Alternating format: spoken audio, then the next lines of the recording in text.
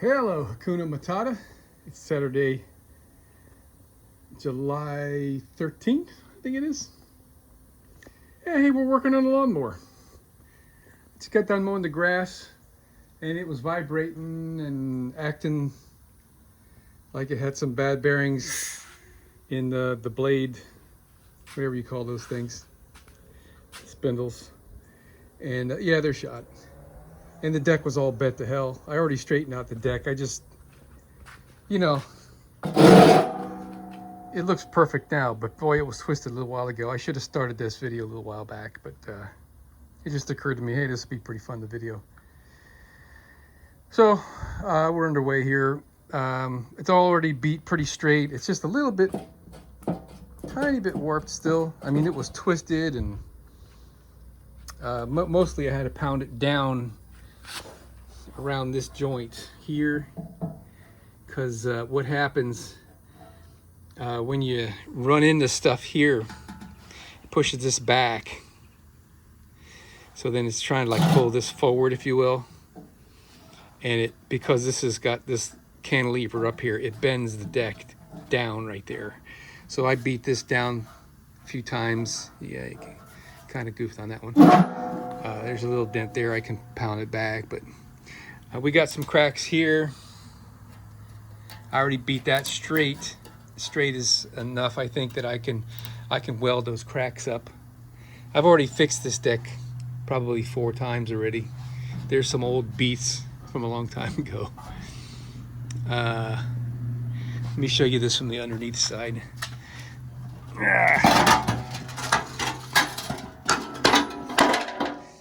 All right. So I figured from underneath here I could get some good beads on that. I'm gonna ding that a little bit more with my small ball peen.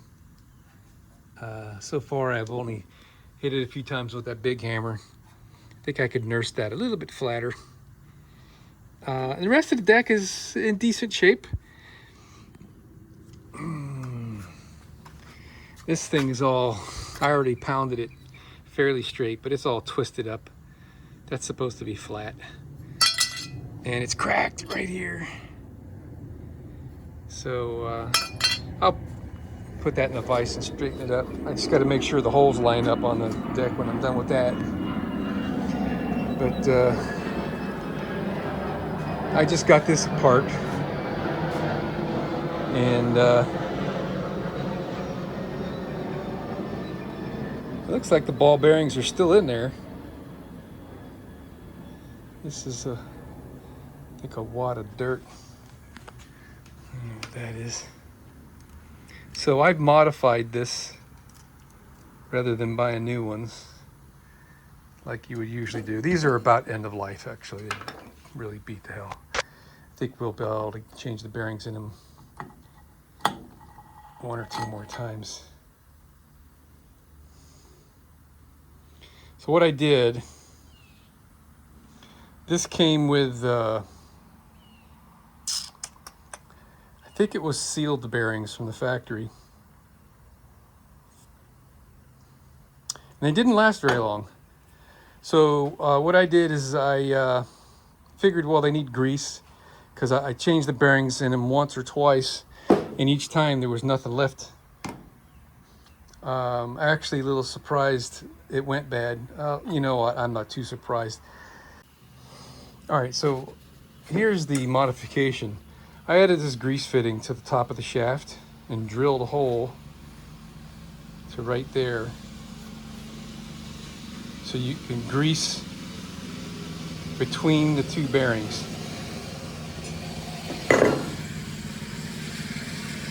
Hey, check it out. That's pretty cool. Father-son.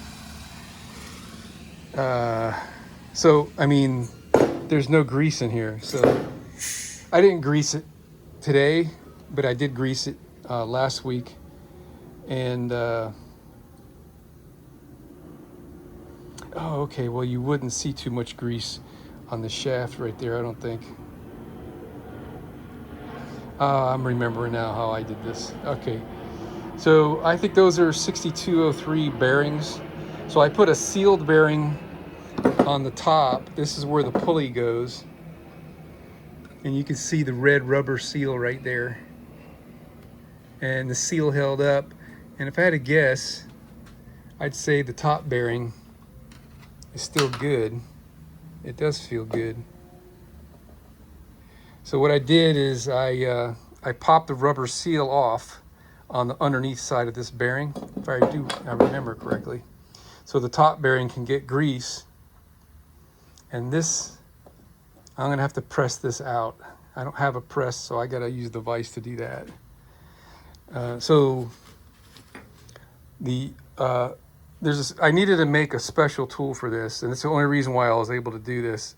And here's the special tool right here. This is the nut that screws onto the end of the shaft, and it's got these two holes in it for some sort of spanner. And so I made this a long time ago, and this is like a gigantic nut, and these two pins go down in the holes, and the big hole goes over the end of the shaft, and the threaded end, that's what holds the blade on there. So I just put a big old Mamba Jamba socket on my impact, put the pulley in the vise, which looks like I did not bend. And it took a lot to get this off. I was pounding the heck out of it with the impact. I thought I was going to damage these pins, but they held up perfectly fine. So this is what makes it doable right there for this spindle, to be able to rebuild it and put new bearings in it. All right, let me figure out how I'm going to get these out of here, because you got to press the bearings out from both ends. There's a ridge up inside there that stops the bearing from going through. Guess I'll just beat it out with a punch. Let's try that. All right, now you can see a little better. There's like a little piece of pipe that goes between the two bearings, so you can tighten down and fully torque this, and it won't put stress on the balls of the ball bearings. All right, so I could press on that, and that should push the bearing out on the other side. I'll try giving it a tap with a punch. Yeah, I tapped it with a punch, and it's pretty tight, so rather than beating the heck out of it, this, I think that's a 7/16 quarter-inch drive socket, is press it up against that little pipe between there, and there's some space between the edge of the spindle housing and where the bearing is. So let's see if this will. All right.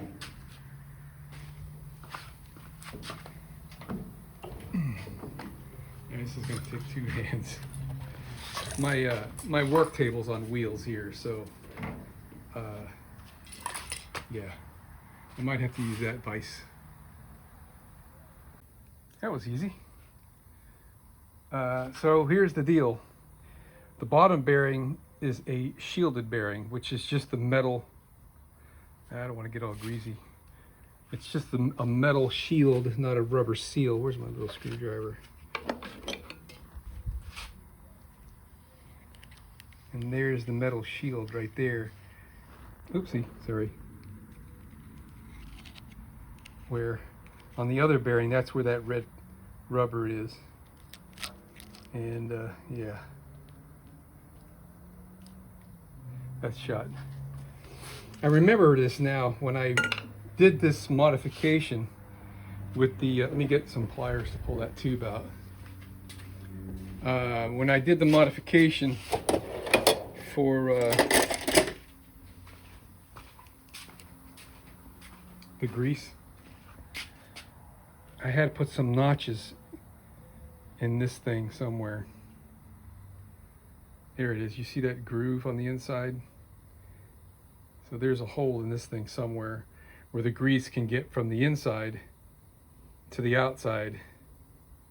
And then once the grease is on the outside, it can get into that bearing that's up there, which I don't remember, but let's do one step at a time here. All right. That's that. Now we got to get that bearing out. That one's going to be a little bit different game because the lower bearing has got this relief right here. All right, so there's enough distance here that the bearing actually falls loose, and you don't have to put like a pipe or a socket or something around there to give it space. But on this side, different story, because the bearing is flush here. We have to support this with something like a socket. Well, I guess we can beat the thing out of there because I'm going to put new bearings and it doesn't matter. Yeah, I'll just probably just support this.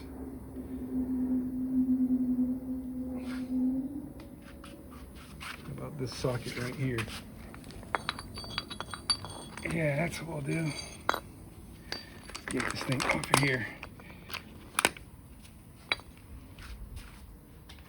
So we can support that hub with that socket. And then we can press the bearing out in the vise with another socket in the middle if the vise goes out big enough. If there's enough reach. I think there might be. It's better to press than it is to beat it with a hammer when you're dealing with these kind of things. I mean, you could accidentally nick something and you got more work. Well, there was a little bit of clicking. I can't feel it with doing this with one hand here, but so I'm not going to reuse this upper bearing. So I just, because I'm not going to reuse it, I beat the thing out of there with a hammer, and I just put this socket down in the spindle and hit that with a hammer in this vise with that hammer and pounded it out of there. And the hub is perfectly fine, really as good as new actually. I found 2 bearings in my box full of goodies. Last time I did this I bought extras. I think I bought extra of the lower bearings too, the shielded bearings. But I'm vaguely recalling I used those on something else. 6203 is a real common bearing. I mean, you can see these in alternators and all kinds of stuff. But anyway, so here we are. We're on spindle number 2. And this is the grease I scooped out of the other one.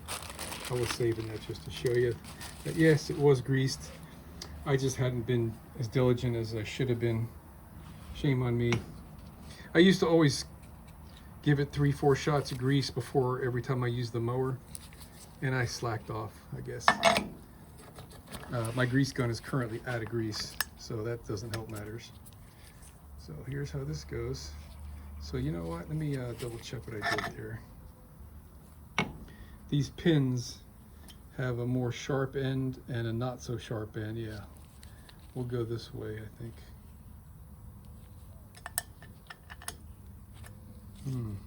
That one doesn't, it's got a nick on it. All right, well, it's a thought that counts. I remember, this is I made these pins out of some kind of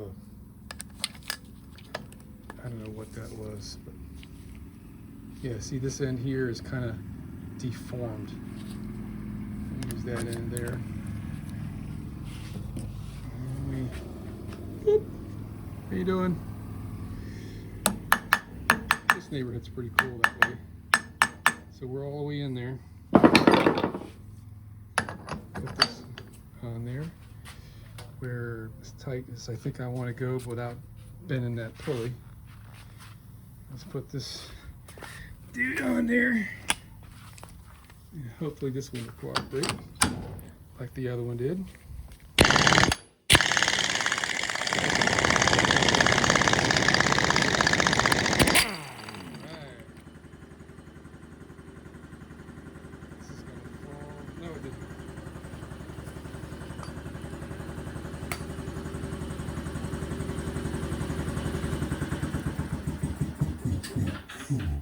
There There's our tool. And here's the nut. So one of the shortcomings with this setup, I think, that these bearings are really not big enough for the load that this thing takes, especially when you're hitting branches and stuff, you know. But the other thing is, you see how much crud is in there? Well, this nut recesses all the way down in there, and it acts kind of like a shield to keep crap from getting in the bearing. But you could see it doesn't really, where's my screwdriver at? It doesn't really do a very good job of, you know, keeping the junk out of there. So again, if I had been more diligent greasing it, shame on me. It might have made a difference here, but I mean, you can hear it's like sandy, and more grease would have really been. This one's in a little bit better shape than the other one. So, oh yeah, I wanted to show you the upper shield. What I had done, oopsie, I already cleaned this one up. This is my doing here. I put these little notches in that one right there and that one right there. I'm pretty sure that's my work. So any crud that could find its way up, this sits this way, up, you know, around all that, it'll tend to want to sling it out of those holes. That's what I was thinking. So I put those little notches in there. Yeah, I'm pretty sure I did that. There's a spacer right here that goes first, and there's the hole where the grease comes out. So let's see if this will slip on there so I could show you. There. So this is the upper bearing, and it's sealed. I was wrong about it. I didn't take the shielding off, the seal off the bottom. The grease can come out of that hole right there, and that hole lines up with the groove that's in there. So no matter where this thing sits, grease can find its way around there, out that hole. And the reason why it needs that is the other bearing, just for example, the lower bearing is going to be right here, squeezed tight on this tube, so grease can't get out from around that tube. So we need that hole. Grease can go around the outside of this tube and grease this bearing here when it's a shielded type. So that's the long story. All right, I'm gonna order some bearings and put this thing all back together. I know it's pretty hot. I'm hungry. I'm tired. I don't think I want to start the welding because I'm not really proficient at welding, and it's a pain to set up my welder. I don't have a welder plug. I have a circuit breaker at the end of this lead, wherever that is. So in order to use my welder, I got to open up my breaker panel and plug the breaker with the cable onto the panel, which is a rig, and I'd say that that's not proper, right? But I don't want to run a 220 volt line from my panel all the way into my garage to run my welder, when all I have to do is just unroll my wire and stick it into the panel. So I mean, that'd be a few $100 of copper and receptacle, and you know, going in the attic and down, and I don't want to think about it. So that's my cheat, but it makes it a pain to use my welder. All right, let's see if this works. We're doing the gentle disassembly here to press out the upper bearing like that on this one. So I put that same socket here. I think that's a 7/8 or something. I don't know. Here it goes. Bingo. Pushed it right out. So this bearing still feels good. There's no clicks in it. I will probably keep both of those because I'm a pack rat. And sometimes you never know when you need a bearing. And one with a little click in it is better than no bearing at all. So what I'll do is I'll wipe the grease off that, put a zip tie, and stick it back in my bin full of junk over there. And this one looks just fine too. All right, I'm done with that. There's nothing else I can do till I get the new bearings. Oh, I wanted to clean those up and see if I could see the markings for the, I think it's 6203 FF as in Foxtrot.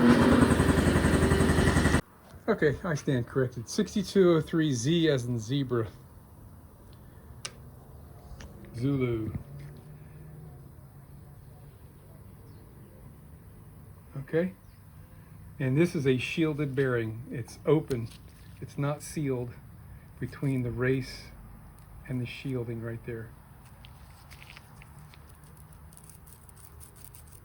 I think I did this once with sealed bearings, and what happens is, because of the way stuff gets behind this nut and damages the lower bearing, it eats this rubber seal right up.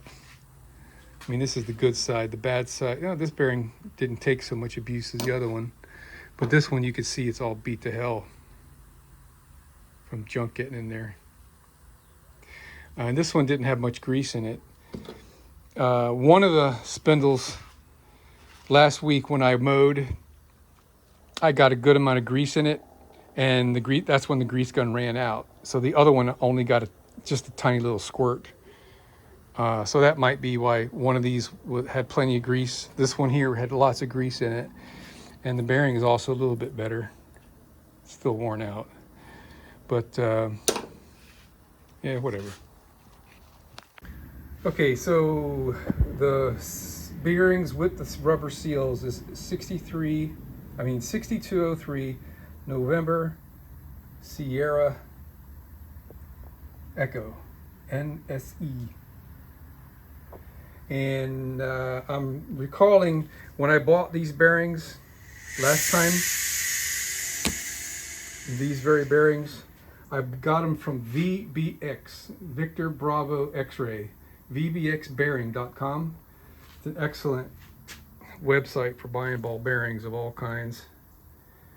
And also, all bearings are not created equal. They are rated at different speeds. There's deep groove bearings, which are rated with a higher thrust loading. Shallow, there's 7-ball bearings, there's 9-ball bearings. You can get ceramic and stainless, and geez, I don't even know how many different kind of bearings you can get, but all right, I was going to say something else. Oh yeah, the last thing, these bearings lasted for many years. I'm going to say, gosh, kind of like 8 years maybe. Whereas before I put in the greasing capabilities, they didn't last long at all. So the greasing makes a big difference. I'm definitely glad that I did that, and I'd do it again if I ever do get another lawnmower, or if I have to end up buying new spindles. Because these threads are actually getting a little bit beat, but yeah, whatever. They'll be fine. All right, I'm going to pick up and clean up, and tomorrow we're going to do some welding.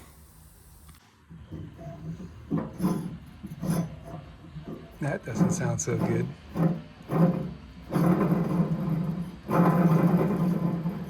I'll replace those too. There's pretty sure it's just a single ball bearing in there, and I think it's a 6203 also with rubber seals. This was not a serviceable part originally. This had 2, 4, 6 spot welds, and I drilled out the spot welds 1/4 inch and used 6 stainless steel screws with self-locking nuts. So I can change the bearings in these much more cost effective than replacing the whole pulley. Since I got to buy bearings anyway, there won't be any extra shipping, I'm sure. So this is, or was, or kind of still is, one of the tree stumps that's beaten my mower to heck. This is the second time I set this thing on fire, and it still hasn't gotten it down enough. This side's low enough, I guess. But that little guy right there is still, oh, okay, that'll be all right.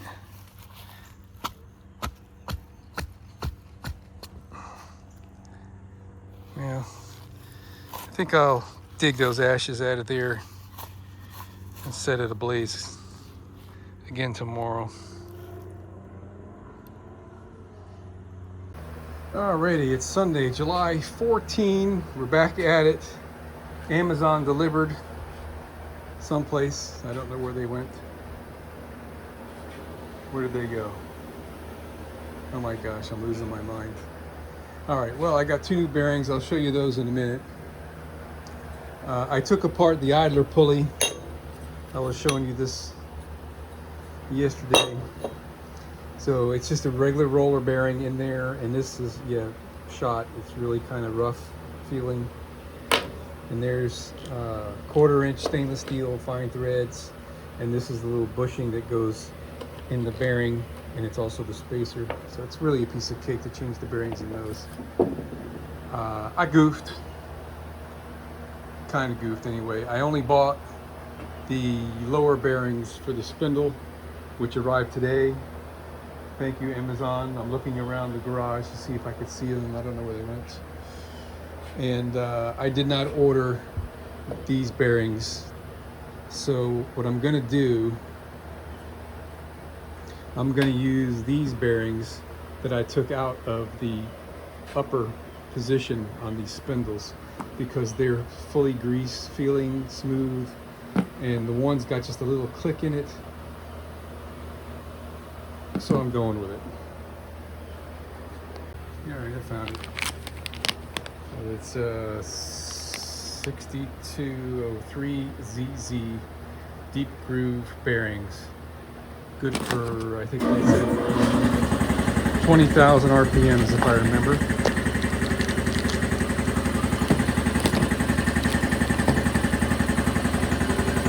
All right, so we put our spindles together, and we can also put our idler back together. I think I'll do the idlers first. Ain't nothing to it. I think I'll press this in first. Oh, look at there, it just slides in. Piece of cake, piece of cake. All right, these are kind of a tight fit here. I actually had to use screwdrivers to pry this thing apart because it fits tight on the bearing. So I may have to do more than just the bolts to squeeze that together. Easy peasy. I just took 2 sockets. I didn't even try to use the bolts. It's a pretty tight fit in there. I just took 2 sockets like this, put it like that, and stuck it in the vise, smashed it together. Then I tightened the bolts with my impact, and we're ready to go. What a difference. It's a lot smoother. So let's get this guy installed, and we'll do the next one. And then I guess it'll be time for welding. You know what, I'll just leave these off since I gotta weld.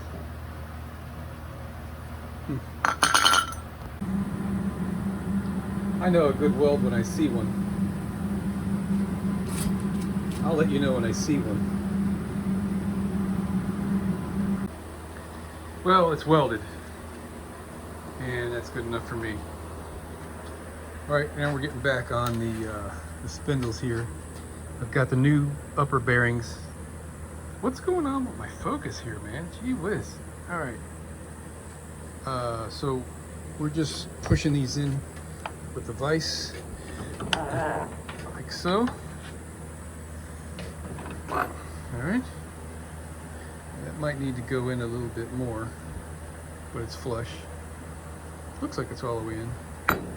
We'll see when we tighten up the nut if the bearing friction gets too tight. We'll know that the bearing's not all the way in. We'll give it a little tap.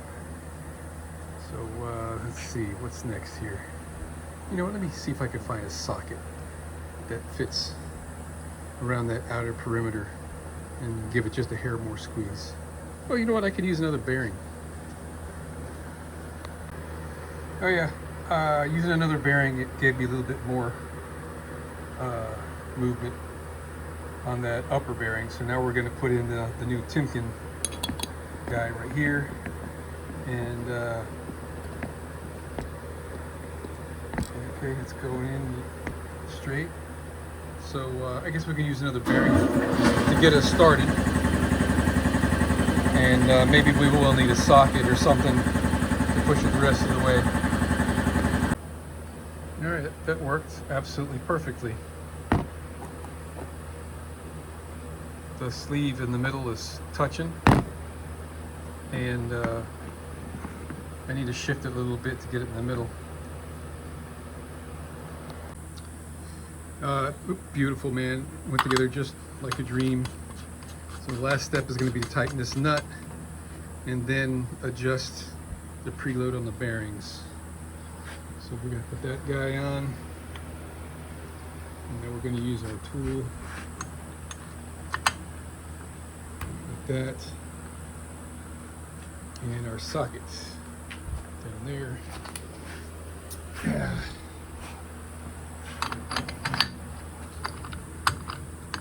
And the threads are a little bit boogered up there. That's where the blade sits. I think I might do this by hands. Well, the impact's right here. Let's just do it.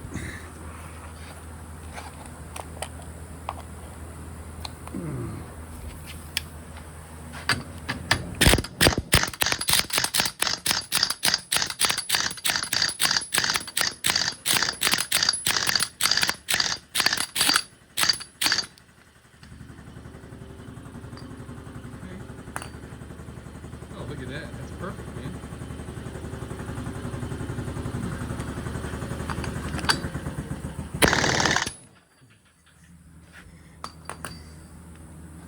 Absolutely perfect.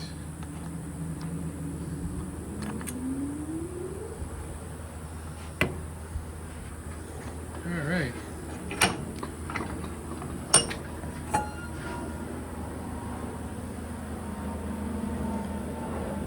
That is just like brand new, in function anyway. And cost me $12 and change for both sides, because I already had the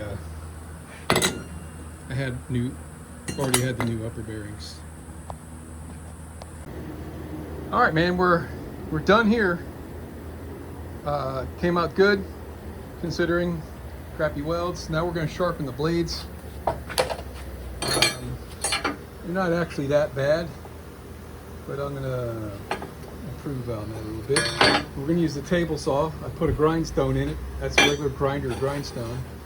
And when we hold this flat on the table, that ought to give me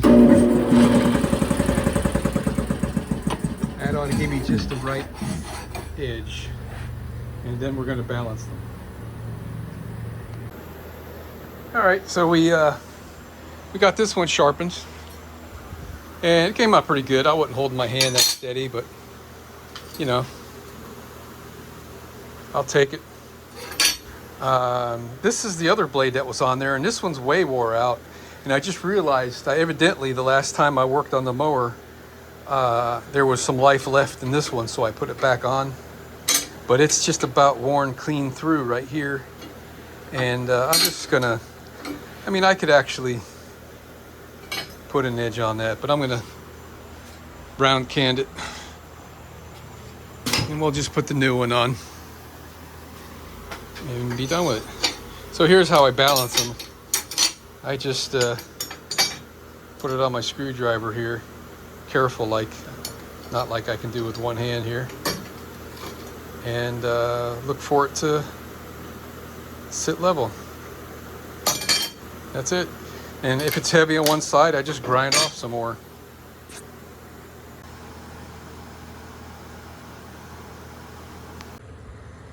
Okay, here it goes.